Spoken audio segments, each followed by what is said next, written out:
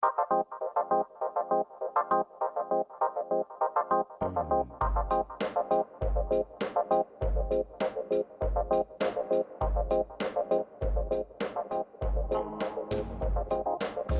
did a programme called Would You Believe for RTÉ Television, and based on that, Hachette approached me and asked me would I be interested in writing a book, and I was absolutely astounded that anybody would find my story interesting, because in terms of what's happened to me, okay, I had a certain profile at one time, but there's nothing really, to me, remarkable about that story. But I think actually that's what was interesting to people, was that it was quite an ordinary story, give or take a few years of fame in the middle.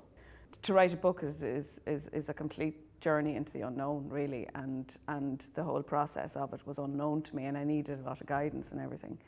And it was confrontative in certain places, and because I was recalling my parents and everything, it was very sorrowful at places as well. But in a funny kind of way, I feel now I've stood my ground, said here I am, this is who I am now anyway. It's a sort of a memoir come self-help book. Basically, I've suffered from depression for a very long period of my life and still do, and it's basically my life up until now, really, and how I cope with the downs and the various sort of mental uneases that I feel due to not being hale and hearty in the mental department. So a lot of the stuff that I would use to help me is real bread and butter stuff. I think it comes from living in the country.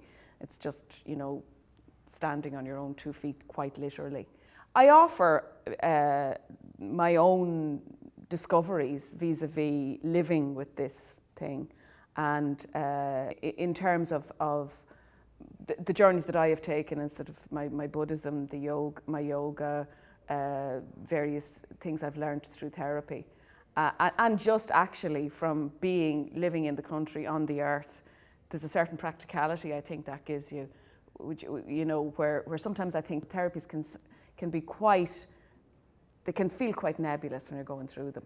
Whereas I like to certainly offer ideas of just, literally sitting with yourself.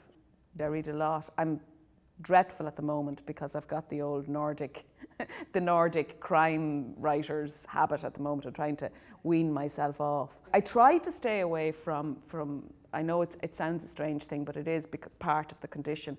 Any book that will stimulate great sadness in me, I'm not going to read. I mean, I've read a few Rohinton mystery books, and I wasn't the better of them for a long, long time. So I kind of, I have enough to do with sadness anyway. I don't need to give it a helping hand, So I like to read grisly thrillers about people's hands being cut off. Don't ask me. And the French Revolution is probably the same thing as well.